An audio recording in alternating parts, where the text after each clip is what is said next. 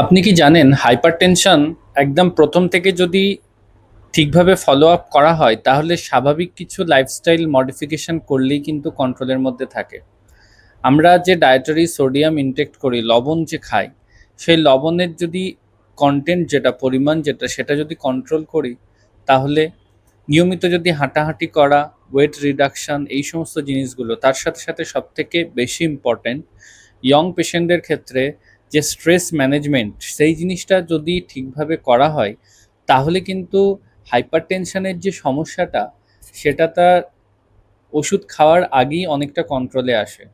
এগুলো করার পরেও যদি হাইপারটেনশন কন্ট্রোলে না আসে তখন ওষুধ খেতে হবে। এবং ওষুধ শুধু খাওয়াটা নয়, সঠিকভাবে খাওয়া এবং স্টিক টু দ্য মেডিসিন, অর্থাৎ নিয়মিতভাবে ওষুধ নেওয়া, এই জিনিসটা খুব ইম্পর্ট্যান্ট।